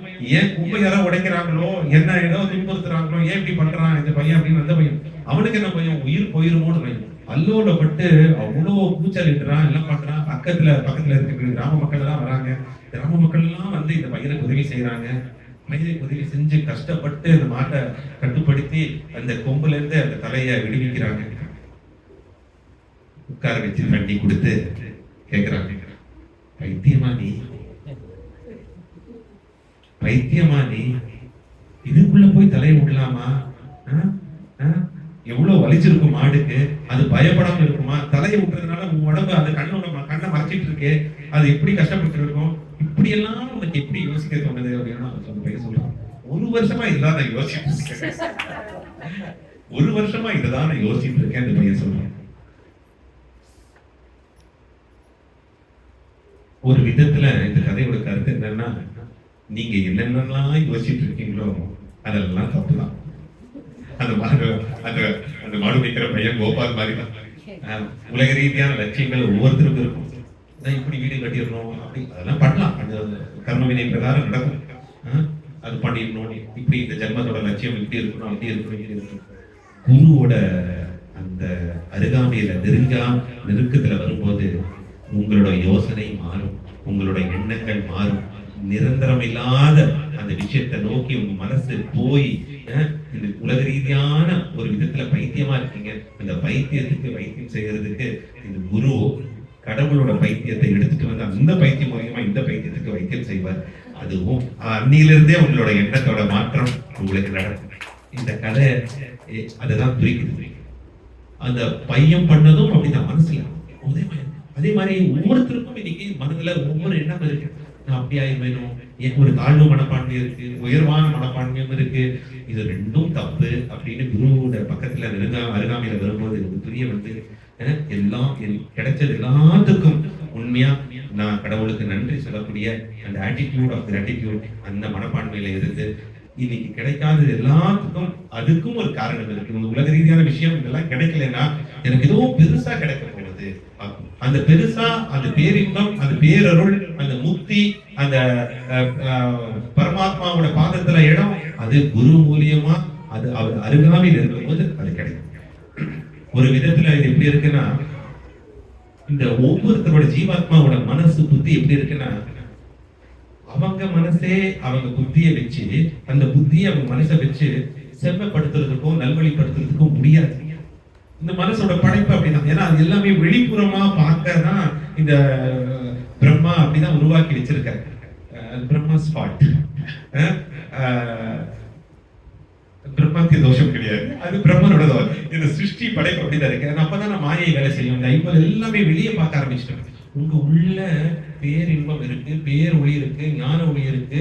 கடவுள் உங்களுக்குள்ளதான் இருக்காரு. நீங்களும் கடவுளோட அணுக்கள் தான், துகளிகள் தான். கடவுளுக்கு இருக்கிற அத்தனை சக்தி உங்களுக்குள்ள இருக்குன்னு ஒரு பொதுவாக உங்களுக்கு, அதாவது இன்னொரு உங்களுக்குள்ள இருக்கக்கூடிய அந்த சக்தி இன்னொரு உடம்பு மூலியமா அது முழுசா உற்பத்தமாயி அந்த உணர்வு தான் உங்களுக்கு உங்களோட உண்மையை, உங்களுக்குள்ள இருக்கிற சத்தியத்தை உணர வைக்கும். இப்போ இதுக்கு ஒரு உதாரணம் சொல்லணும்னா, உங்க காலை பிடிச்சிட்டே நீங்க உங்களை தூக்க முடியாது. ஆனா இன்னொருத்தர் காலை ஈஸியா தூக்கிடலாம். கரெக்ட் தானே? உங்க காலை பிடிச்சிட்டே நீங்க தூக்க முடியுமா? நீங்க நீங்க நீங்க உங்களையே பிடிச்சிட்டு நீங்க தூக்குங்க, ஆனா தூக்க முடியாது. ஏன்னா இந்த ஐம்புலனும் இந்த புத்தியும் அப்படிதான் அமைக்கப்பட்டிருக்கு. ஏதோ ஒரு வெளிப்புறத்திலிருந்து உங்களுக்கு அந்த உற்சாகத்தையும் அந்த ஸ்பார்க்னு சொல்லக்கூடிய ஸ்பார்க் என்ன சொல்லுவாங்க தமிழ்ல, அந்த அந்த பொறி, அந்த ஞான பொறிய உங்களுக்குள்ள அத பற்ற வைக்கிறதுக்கும் யாரோ வரலன்னா இந்த ஆத்மா எப்படி இருக்கும்னா, இந்த உலக ரீதியான மாயையிலேயே கடந்து ஆசை, பேராசை, துக்கம், வருத்தம், கோபம், தாபம், சுகம், சங்கடம், சந்தோஷம், இந்த நிலையிலே இருக்கும். ஏதோ ஒரு கடவுள், எல்லா இடத்திலும் இருக்கக்கூடிய கடவுள், எல்லாத்துக்குள்ளும் இருக்கக்கூடிய கடவுள் ஒரு உருவம் எடுத்து வந்து ஒரு குரு மூலியமாக, ஒரு குருவின் அருள் மூலியமாக தான் எல்லா இடத்துலயும் கடவுள் இருக்காரு, உங்களுக்குள்ளேயும் இருக்காருன்னு அந்த தெளிவை கொடுப்பார். இதுக்கு உதாரணம் அதுதான். உங்களாலேயும் தூக்க முடியாது, என்னாலதான் உங்களுக்கு தூக்க முடியும். நீங்கதான் குரு கூட பயன்படுறாரு. ஏன்னா உங்க புத்திக்கு தெரிய வர்றதுக்கு அந்த வாய்ப்பு இல்லை. அப்படிதான் அந்த இயற்கையாவே அந்த புத்தி இயங்கும். ஆனா இத சொன்னதுக்கு அப்புறம், இந்த உபதேசத்தை கேட்டதுக்கு அப்புறம், இந்த சத்திய வாக்க புரிஞ்சதுக்கு அப்புறம், அப்போ உங்க மனசு மரணம் பண்ணும். அது மனசுக்குள்ள அது நிலையா நிற்கும். நான் எதை நோக்கி போயிட்டு இருக்கேன், எல்லாம் நிரந்தரம் இல்லாதது இல்லைல்ல, நிரந்தரமான விஷயத்தை நோக்கி நான் போறேன். அது வரைக்கும் நிரந்தரம் இல்லாத விஷயத்தை தான் உங்க மனசு மரணம் பண்ணிட்டு அதை நோக்கிதான் உங்க புத்தி எல்லாத்தையும் இழுத்துட்டு போயிட்டு இருக்கும். உங்க மனசை அடிமைப்படுத்திட்டு, உங்க மனசு உங்களை அடிமைப்படுத்தி, ஆத்மாவை அடிமைப்படுத்தி இழுத்துட்டு போயிட்டு இருக்கும். குருவோட வச்சனத்தை, குருவோட கிருபாவில, குருவோட அருள்மொழி, அமுதமொழி எப்படி வருதுன்னா, இது வெறும் சொற்பொழிவு கிடையாது. அந்த சொற்பொழிவோட அந்த சக்தியும் ஞானமும் நிறைவான அன்பும் கலந்திருக்கு. அதனால உங்களுக்கு மனமாற்றம் நிச்சயம். இப்போ இன்னைக்கு நீங்க இந்த குரு பூர்ணிமா சத்சங்கத்தை, இந்த சொற்பொழிவை கேட்கறீங்கன்னா, இது வெறும் சொற்பொழிவு கிடையாது, சொற்களால வரக்கூடிய பொழிவு கிடையாது. இந்த பொழிவோட என்ன கலந்திருக்குன்னா, அளப்பரியா அன்பு கலந்திருக்கு. நீங்க மேல்நிலைப்படுத்தணும்ன்ற அந்த கருணை கலந்திருக்கு. உங்களோட சத்தியத்தை உணர்ந்த அந்த நிலை சத்தியம் கலந்திருக்கு. இதெல்லாம் கலந்து இந்த சொற்பொழி வரும்போது, அது உங்களோட செவிகள்ல அடையும் போது, உங்க மனசுக்குள்ள அது நிரந்தரமா தங்கும் போது பெரிய மாற்றத்தை அது ஏற்படுத்தும். கண்டிப்பா ஏற்படுத்தும். பார்த்துட்டே இருக்கேன், அது ஏற்படுத்தியே ஆகும். அதுக்கு அவ்வளவு, அந்த வார்த்தைகளுக்கு அவ்வளவு வலிமை இருக்கு. ஏன்னா அந்த வார்த்தைகள் அன்பால வரக்கூடிய வார்த்தைகள், நிறைவான அன்பால. அதனாலதான் சொல்றேன், பிரேம யோகத்தை கத்துக் கொடுக்கறதுக்காக தான் நீங்க வந்திருக்கேன். பிரேம யோகனா அளப்பரிய அன்பு, எல்லாத்தோட அன்பா இருக்கு. அதுதான் பெரிய யோகம். யோகம்னா கடவுளோட இணைப்பே இருக்குது. அந்த யோகத்தை பண்ணும் போதே பக்தி யோகமும் கிடைச்சிருது, கர்ம யோகமும் கிடைச்சிருது, ஞான யோகமும் கிடைச்சிருது, ராஜ யோகமும் புரிஞ்சுக்கிடுது. சாக்கிய யோக நிலையிலையும் நீங்க எல்லா தெளிவும் நீங்க அடைச்சிருவீங்க. பிரேம யோகம், அன்பு, அதுவும் வெறும் பிரேமம் கிடையாது, அனந்த பிரேமம், அளப்பரிய அன்பு. எல்லாத்திலும் கடவுளை பார்க்கக்கூடிய அந்த நிலை வரணும். இதுதான் ரொம்ப முக்கியம். இப்போ 2வது கதை இதுதான் உணர்த்து. எப்படி உங்களாலேயும் உங்களை தூக்க முடியாதோ, ஒரு குருவால தூக்க முடியும்ன்றதுக்கு இந்த உதாரண கதை அற்புதமான ஒரு கதை. உணர்த்தும். ரிஷிகேஷ்ல ஒரு பெரிய குரு இருந்தார்.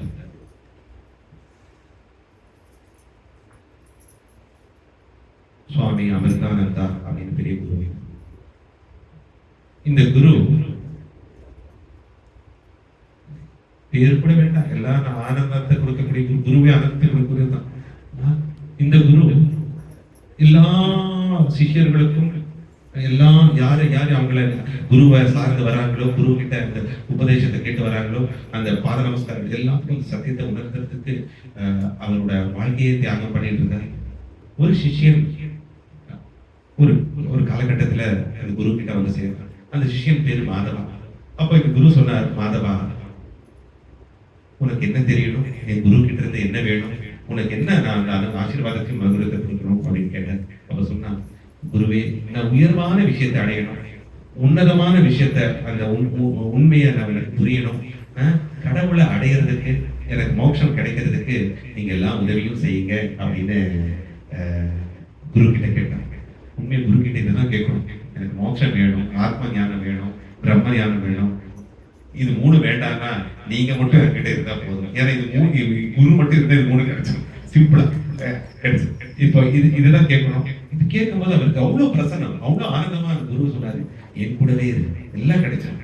நான் சொல்ற விஷயத்தெல்லாம் ஒன்னொன்னா ஆன்மீக பயிற்சியில் ஈடுபடு, சேவையிலும் ஈடுபடு. உன்னோட அகங்காரம், மமகாரம் எல்லாம் போகும், கோபம், தாபம் எல்லாம் போய் மனசு சாந்தமாயி நிறைவான அந்த அன்போட நீ உனக்கு பேரின்பம் கிடைக்கும் அப்படின்னு சொன்னார்.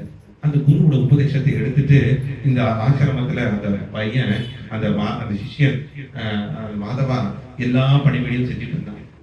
குரு கண்காணிச்சுட்டே இருந்தாரு. குருவோட பார்வையும் போய் யார் எந்த நிலையில இருக்காங்க தெரியும். அந்த கண்காணிச்சுட்டே இருந்தாரு. இந்த பையன் எல்லாம் சேவையும் பண்ணா, சிஷ்யன் எல்லாம் பண்ணா, குரு சேவா பண்ணா, குரு ஆசிரமத்துக்கு வரக்கூடிய எல்லாத்துக்கும் பணிவிட செஞ்சான்.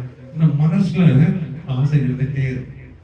எங்க அந்த உலக ரீதியான ஆசை, வீட்டை விட்டு வந்துட்டோமே, கிராமத்தை விட்டுட்டு வந்துட்டோமே, இந்நேரம் என்னோட சிநேகிதர்கள் எல்லாம் கல்யாணம் பண்ணியிருப்பாங்களே, அந்த இதெல்லாம் பண்ணியிருப்பாங்களே, இப்படின்ற அந்த நோக்கம் எல்லாம் இருந்துகிட்டே இருக்கு.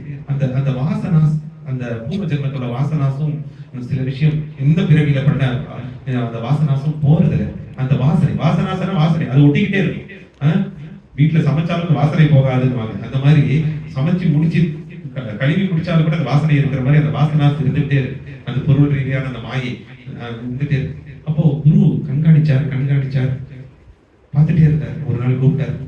3 மாசம் ஆயிடுச்சு, நான் பார்த்துட்டே இருக்கேன், கொஞ்சம் உடம்பால எல்லாம் பண்றேன், ஆனா மனது எங்கேயோ போயிட்டே இருக்கு, திடத்தனமா இல்ல, ஸ்திரமா இல்ல. நீ ஒண்ணு பண்ணுப்பா, எல்லாம் இப்படிதான் பிரம்மச்சாரியா இருக்கணும்னு என்ன, நீ போய் ஒரு விவாகம் பண்ணிட்டு கிரகஸ்த வாழ்க்கையை தொடரு. அங்கேயும் இருந்துட்டு நான் சொன்ன உபதேசத்திலையும் பின்பற்றிட்டு நீ மேல்நிலைக்கு வரலாம். போய் பற்றுதல் இல்லாம இல்லறத்திலும் துறவரமா நீ எல்லா வாழ்க்கையும் பண்ணு. அந்த நான்ற அந்த விஷயத்த எடுத்து நீக்கி, என்னோடதுங்கிற அந்த பற்றுதலை நீக்கி எல்லா செயலையும் ஈடுபடு. உனக்கு ஆசையில இருக்கு, அந்த ஆசையிலேயே நீங்க பணிவிடை செய்யும் போது உன் மனசு ஸ்திரமா இல்லை அப்படின்னு குரு அந்த உபதேசம் பண்ணிருக்க. சொல்லும் போது அவனுக்கு கொஞ்சம் கஷ்டமா இருந்தது. என்னடா நம்ம உயர்வான விஷயத்த படிக்க வந்திருக்கோம், ஆனா இருந்தாலும் ஒரு பக்கத்துல இங்கேயும் ஒரு காலை வச்சுட்டோம், அங்கேயும் ஒரு கால், அப்படி நம்ம மனசு எல்லாமே பழைய பட்டத்துக்கெல்லாம் இழுக்குதே அப்படின்னு அந்த வருத்தத்திலேயே அந்த குருவோட வாக்கியத்தை மீற முடியல. குருவோட வாக்கியம் வேத வாக்கியம் அப்படின்னு ஒரு ஒரு ஒரு முழுமையில்லாத ஒரு மனதோட தான் திரும்ப அந்த கிராமத்துக்கு போனான். ஆனா குரு பூர்ணமா அந்த 3 மாசம் அந்த செஞ்ச அந்த சேவைக்கு, அந்த பணிவிடைக்கு சகல சமிருதி பவ, உனக்கு எல்லா பலமும் நலமும் சுபிக்ஷமும் கிடைக்கும்னு ஆசீர்வாதம் பண்ணி அனுப்புறாரு. ஆசீர்வாதத்துக்கு அவ்வளவு சக்தி. போனவனையும் அவனுக்கு என்ன ஆகுதுன்னா, அவனுக்கு ஒரு பெரிய வியாபாரியோட ஒரு சந்திப்பு நடக்குது. பணம் சம்பாதிக்க மெதுவா ஆரம்பிக்கிறான். போக போக அந்த வியாபாரியோட பொண்ணைய கட்டிக்கிறான். ஜாக்பாட்னா ரெண்டையும் கிடைச்சிருது. இந்த இப்ப என்ன கேட்டானோ குரு கிட்ட அதெல்லாம் மறந்து போச்சு. உலக ரீதியான வாழ்க்கையில ஈடுபடுறான். செல்வாக்கும் இருக்கு, இந்த செல்வமும் இருக்கு, பொருள் ரீதியான வாழ்க்கை. இப்போ குழந்தையும் பிறக்குது. 6 குழந்தை பிறந்துருச்சு. அந்த 6 குழந்தைய வளர்த்தெடுக்கிறதுலயே அவங்களோட ஆய்வு. இப்போ ஒரு 15-20 வருஷத்துக்கு அப்புறம் குரு தன்னோட சிஷியனை இதே மாதவனை பார்க்கறதுக்கு வர. குரு என்னைக்குமே கைவிட மாட்டாருன்றதுக்கு இந்த கதை தான் பார்க்கறதுக்கு வரும்போது இந்த இவனுக்கும் கொஞ்சம் வயதான நிலையில, நடுத்தர வயதுல இருக்கேன், குழந்தைகள்லாம் வளர்ந்துட்டு இருக்கு, நல்ல செல்வ செழிப்பா அரண்மனைமான ஒரு வீடுல இருக்கேன், போதும்ன்றது அளவுக்கு பணம் இருக்கு, புகழ்ச்சி இருக்கு, இதெல்லாம் வந்துடுச்சு. குரு வந்து சரியான நேரத்துல தான் வராது. அதனால சொல்றேன், சரியான நேரத்துல தான் வராது. வந்து நேரம் வரும்போது இந்த குழந்தைகள்லாம் அந்த குருவோட தோற்றத்தை பார்த்துட்டு பயந்துட்டு வீட்டுக்குள்ள ஓடுது. ஆனா இது குருதான் மாதவா அப்படின்னு கேட்கும் போது, இந்த குரலை பார்க்கும்போது இதனோட குருதான் வந்திருக்காரு அப்படின்னு குருவை வீட்டுக்குள்ள கூப்பிட்டு பாத பூஜை பண்ணி உபசரிப்பெல்லாம் பண்றாரு. அந்த மாதவா குரு கேட்கிறாரு, மாதவா நீ போன, இப்போ உலக ரீதியான வாழ்க்கையில விவாகம் பண்ண, எல்லாம் பண்ண, இப்போ உயர்ந்த விஷயத்த அடைகிறதுக்கு, உயர்ந்த விஷயத்த, அந்த உயர்ந்த ஞானத்தை பெறுறதுக்கு நீ என் கூட வந்துடுறியா அப்படின்னு கேட்கிறாரு. இப்போ அந்த மாதவா சொல்றார், குருவே சரிதான் நீங்க சொல்றது, உங்க வார்த்தைய மீறக்கூடாது, அப்படி இருந்தாலும் மீறக்கூடிய ஒரு காலகட்டம் வந்துடுச்சு. இப்பதான் குழந்தைகள்லாம் வளர்ந்துட்டு இருக்காங்க, கொஞ்ச காலமாகட்டும், அவங்களுக்கும் ஒரு விவாகம் நடக்கட்டும், எல்லாத்தையும் இப்ப சொல்ற மாதிரி எல்லாத்தையும் செட்டில் பண்ணிட்டு வந்துடுறேன், எல்லாத்தையும் செட்டில் பண்ணிட்டு வந்துடுறேன் அப்படின்னு குருவுக்கு சொல்ற.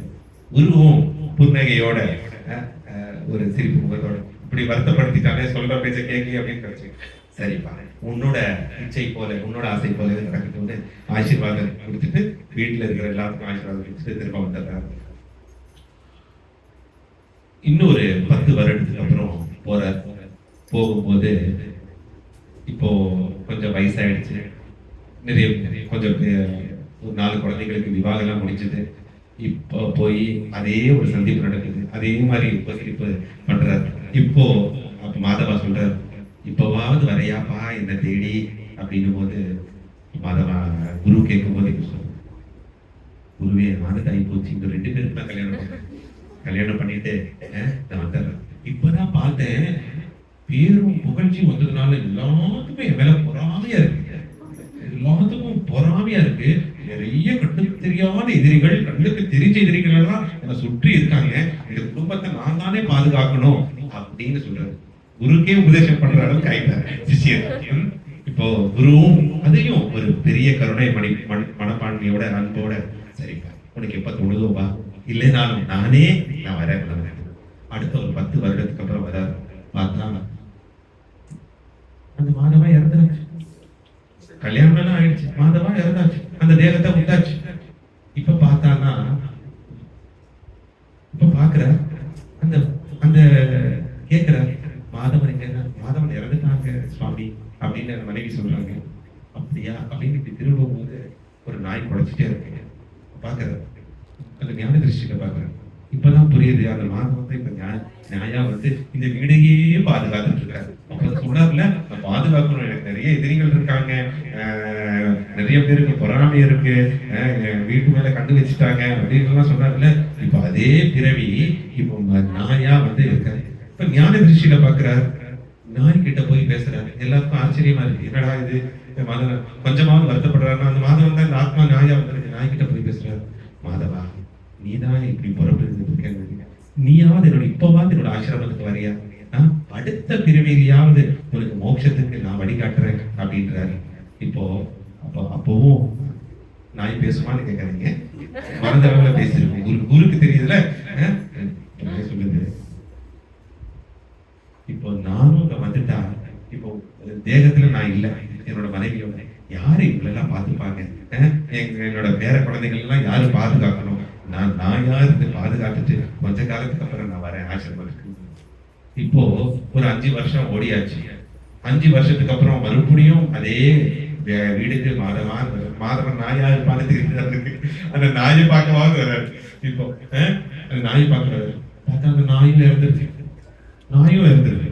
செல்வ செழிப்பு ஜாஸ்தியா இருக்கு, அது வியாபாரம் செல்வம் எல்லாம் ஜாஸ்தியா இருக்கு, அந்த நாயும் இறந்தாச்சு. இப்பதான் ஞான திருஷ்டியில பாக்குறாரு, அந்த ஆத்மா எங்க போயிருக்குது. இப்ப தெரியுது, உள்ள இருக்கிற பெரிய பொக்கிஷ போட்டி, அங்க ரத்னம் வைரம் எல்லாம் இருக்கு, அங்க காத்துக்கிற பாதுகாக்கிற பாம்பா இருக்காரு. இப்போ தெரியுது. அப்ப அந்த நாய் பிறவி போய் அந்த பெட்டியை பாதுகாக்கிற இதா இருக்கு.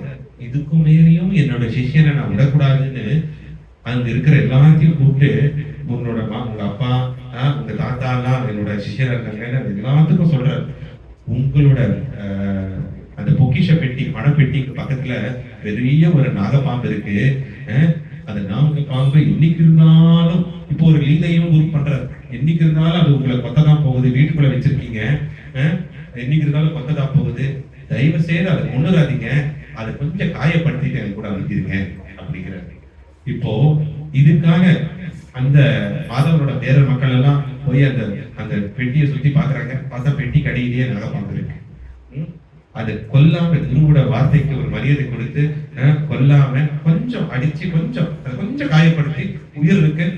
இப்போ எடுத்துட்டு வந்து குருவோட கைக்கு அதை கொடுக்குறாங்க. இந்த மாமன் இப்போ சொல்றாரு, சரின்னு அவங்களுக்கு சொல்லிட்டு விடைபெறும் சொல்றாரு, மாதவா இப்பவாவது என் கூட வரையா அப்படிங்கிற, இப்பவாவது என் கூட வரையா அப்படிங்கிற. இப்போ தலைய அடிபட்டு இருக்கு, வேதனையில இருக்கு, தலையை தடவி அந்த சர்ப்பத்தை தலையும் தடவி இப்போ சொல்றாரு, இதுக்கப்புறமும் இப்ப அந்த சர்ப்பம் சொல்லு மனதளவுல பேசு, இதுக்கப்புறமும் நான் வரலன்னா இன்னும் ஒரு அடிபட்ட பிறவிதான் எனக்கு கிடைக்க போகுது, கண்டிப்பா வர போய் அடுத்த பிறவிலாவது உங்க அனுகிரகத்தினால உங்க ஆசீர்வாதத்தினால எனக்கு மனுஷ பிறவி கிடைக்கும். ஏன்னா பாம்புக்கு மோட்சம் கிடையாது, முக்தி கிடையாது, நாய்க்கும் முக்தி கிடையாது, எந்த 5 அறிவு ஜீவராசிக்கும் முக்தி கிடையாது. 6வது இருக்கக்கூடிய உங்களையே அறியக்கூடிய, உங்களையே புரியக்கூடிய இந்த உன்னத ஆத்மாவா இருக்கக்கூடிய மனுஷியனா மாதவ ரூபேன ஒவ்வொரு ஜீவாத்மாவா இருக்கக்கூடிய மனுஷ பிரிவிக்கு தான் முக்தி. அது குரு மூலியமா, குரு கிருபா மூலியமா அந்த மோட்சமும் கிடைக்கும். மோட்சம் மூலம் குரு கிருபானம், குருவோட கிருபானால தான் மோட்சம். அது கிடைக்கும் போது இப்ப அந்த சர்ப்பம் சொல்லுங்க, நான் உங்களோட ஆசீர்வாதத்திலேயே வரேன், எல்லா பணிகளையும் செய்யறேன், அந்த இங்க இருக்கிற லிங்கத்துக்கு ஏன் பூவாவது நான் பறிச்சு போடுறேன், அடுத்த பிறவி எனக்கு மனுஷ பிறவியை கொடுங்க, உங்ககிட்டயே இருக்கக்கூடிய அந்த பாக்கியத்தை கொடுங்க, அதுக்கப்புறம் எனக்கு மோட்சத்தையும் கொடுங்க அப்படின்னு அந்த சர்ப்பம் கேட்குது. இப்போ இந்த கதையில இருந்து என்ன தெரியுது, குருவோட அன்பு அளப்பறையா அன்பு. ஒவ்வொருத்தரும் மேல்நிலைப்படுத்துற வரைக்கும் குருவோட பிரயத்னம், குருக்கும் பிரயத்னம் இருக்கு, அந்த முயற்சி ஓயவே ஓயாது. ஏதோ ஒரு சுயநல குருக்கு நான் சொன்ன பேச்ச கேட்க மாட்டேங்கிறாங்க, இவங்களை அப்படியே சாபம் குடிச்சு விலைக்கு எப்படி. ஆனா உணர்ந்த குருக்கு, உத்தமமான குருக்கு, சத்தியத்தை நிலைநாட்டுறதுக்காக வந்த குருக்கு அவதூதருக்கு, சத்குருக்கு, சச்சிதானந்த குருக்கு, பகவானுக்கு சுயநலமே கிடையாது. எல்லாத்தையும் மேல்நிலை படுத்துறது ஒரே உறுதிதான் இங்க இருக்கு. அந்த உறுதியோட தான் நான் இருக்கேன். குருவோடு இருந்தா என்ன கிடைக்கும்? இப்போ இந்த ஞாயிற்றுக்கிழமையில இந்த குரு பூர்ணிமால இருக்கீங்க. எப்பவுமே என்னோட இருந்தா என்ன கிடைக்கும் அப்படின்னா இந்த 3 விஷயம் கண்டிப்பா கிடைக்கும். ஒண்ணு, குறைந்தபட்சம் இந்த பிறவியில முக்தி கிடைக்கலனாலும் மனுஷ பிறவியாவது கிடைக்கும். மனுஷ பிறவியாவது கிடைக்கும். இந்த விட்டக்குறை தொட்டக்குறை இன்னைக்கு உங்களை இந்த பிறவியில எல்லாம் செயல்படுத்தணும்னு உறுதிமொழி எடுத்திருக்கீங்க. நான் விட போறதில்ல. ஆனா இருந்தாலும் அது பண்ண முடியல. மோட்சத்துக்கு நீங்க அந்த குருவோட அனுகிரகத்துக்கு, தெய்வ அனுகிரகத்துக்கு, ஈஸ்வர கிருபாக்கும், குரு கிருபாக்கும் நீங்க பாத்திரம் ஆகல, அனுகிரகம் உங்களுக்கு கிட்டலன்னா கூட குறைந்தபட்சம் உங்களுக்கு ஒரு மனித பிறவி கண்டிப்பா அடுத்த பிறவியில இங்க தொடர முடியாத இந்த சாதனாவ முழுமை அடையாத யோகினியா இருக்கக்கூடிய நீங்கள் முழுமை அடையக்கூடிய யோகிகளா மாறுவீங்க. இது ஒரு. இரண்டாவது, இருக்கும் போதே இதை நீங்க பின்பற்றி இதுக்கு மேலேயாவது அந்த வலுவான உறுதியோட எல்லாத்தையும் கடவுளை பார்த்து எல்லாத்துக்கும் அன்பு செலுத்தும் போது, குருவோட வாக்கியத்தை நீங்க செயல்படுத்தும் போது இந்த பிறவிலே மோட்சம் கிடைக்கும். இதுவும் உறுதி. மூணாவது, மோட்சத்தை தாண்டி குருவோட ஸ்திதி, குருவோட நிலையும் கிடைக்கும். இது பேரானந்தம், ஆனந்தமும் கிடைக்கும். இது இப்ப சொல்லுங்க, இதுதான் பெரிய பொக்கிஷம். அவரோடு இருந்தா எனக்கு பணம் கிடைக்கும், இவரோடு இருந்தா பதவி கிடைக்கும், இவரோடு இருந்தா உலகத்தை சுலபமா சுத்தலாம். நிறைய சொல்லுவாங்க. இன்னைக்கு ரொம்ப சின்ன, அது பாரத தேசத்துல ஒரு சின்ன ஒரு நகைச்சுவை கதை. ஒரு பொண்ணு கிட்ட கேட்டாங்க, நீ என்னமா பண்ற அப்படின்னு. எல்லாமே அவங்க சின்ன குழந்தைங்கள ஸ்கூல்ல எல்லாம் சொன்னாங்க, நான் டாக்டர் ஆவேன், இன்ஜினியர் ஆவேன். இந்த பையன் ஒரு பையன் கிட்ட கேட்டாங்க, நீ என்னமா பண்றேன்னா உலகத்திலேயே சிறந்த ஒரு தொழில் முதலாளி ஆகி பணமா கோடியா சம்பாதிப்பேன் அப்படின்னு. இன்னொரு பொண்ணு கிட்ட கேட்டாங்க, என்னன்னா சிம்பிளா அவனை கல்யாணம் பண்ணிப்பேன். அப்போ சிம்பிளா கல்யாணம் பண்ணதுனால கஷ்டப்பட்டு பணத்துக்கும் அதிகாரி ஆயிடும். இப்போ இது ஒரு விதத்துல இந்த உலகமும் அப்படிதான். அந்த பொண்ணு சொன்ன மாதிரி, ராகுல் இவ்வளவு கஷ்டப்பட்டு சம்பாதிச்சு பணக்காரன் ஆகணும், அந்த ராகுல கல்யாணம் பண்ணிக்கிறேன், நானும் பணக்காரி ஆயிடுவேன். அந்த மாதிரி இன்னைக்கு ஒரு விதத்துல எளிமையா கிடைக்கிறத நோக்கி நம்ம மனசு தாவிக்கிட்டே இருக்கு. அதுல ஒண்ணு சேர்ந்தா என்ன ஆகும், இன்னும் சேர்ந்தா நான் குருவோட சார்ந்தா என்ன, அதான் சொன்னேன். சத்குருவை சார்ந்திருந்தால் சண்டாளனாக இருந்தாலும், சத்குருவை சார்ந்திருந்தால் சண்டாளம் நீங்கி சாதா வரம் பெற்று சாதனை புரிவார் ஜீவகமே ஜீவகமே ஜீவகமே. சத்குரு ஸ்ரீ பிரம்மா சொல்றாரு, இது என்னன்னா சண்டாளன்னா மோசமான அயோக்கியர்கள், துஷ்கர்மம் பண்றவங்க, உண்மையா மனதுல ஈவிரக்கமே இல்லாதவங்களா இருந்தாலும் குருவோட கொஞ்ச காலம் சார்ந்திருந்தால் அவங்க உலக ரீதியான சாதனையை கடந்து ஆத்மான்னு உணர்ந்து அன்பின் வடிவமா மாறி கருணையின் ரூபமா மாறி அவங்க சாதனை புரிவது மட்டும் இல்ல, சாகா வரம் பெறுவார் அப்படின்னு என்ன அர்த்தம்? மோட்சம் கிடைக்கும். சாகா வரம் என்ற எல்லாமே யாருக்கும் இங்க அழிவில்லை, அந்த பெரிய மோட்சம் கிடைக்கும். இது குருவின் பேரருளால அது நடக்கும் அப்படின்னு. அதனாலதான் சொல்றேன், மனமதை நிறுத்துவதற்கு மௌனகுரு சிலை வெளியே இனமதை காட்டி நிற்கும் இதை மெய்கான் ஜீவகமே. அதுக்கு என்ன அர்த்தம்னா, மனசை நிறுத்துவதற்கு இந்த அவதாரம் எல்லாமே குருதான், எல்லாமே குருதான். பகவானும் குருதான், ஆதி குருதான், ஜெகத்தே குருதான், ஜெகத் குருதான். உள்ள இருக்கிற அந்த குருவும் குருதான். உள்ள இருந்து உங்களை மேல்நிலை எடுத்துட்டு வர்றதுக்கு, மனசை நிறுத்துவதற்கு ஒரு கடவுளோட உருவம் வேணும். இந்த உருவத்தை கிருஷ்ணர் முன்னாடி நான் தியானம் பண்ணணும், என்னோட குருநாதரோட ரூபத்தை வச்சுட்டு நான் தியானம் பண்ணணும், பாபாவோட விக்கிரகத்துக்கு முன்னாடி உட்கார்ந்து நான் பிரார்த்தனை பண்ணணும். மனசை நிறுத்துறதுக்கு அந்த உருவம் தேவைப்படுது. அந்த உருவம் அதுக்காக தான் வந்திருக்கு. அதுவும் கடவுளின் உருவம் தான், நீங்களும் கடவுளின் வடிவம் தான், அன்பின் வடிவம் தான்.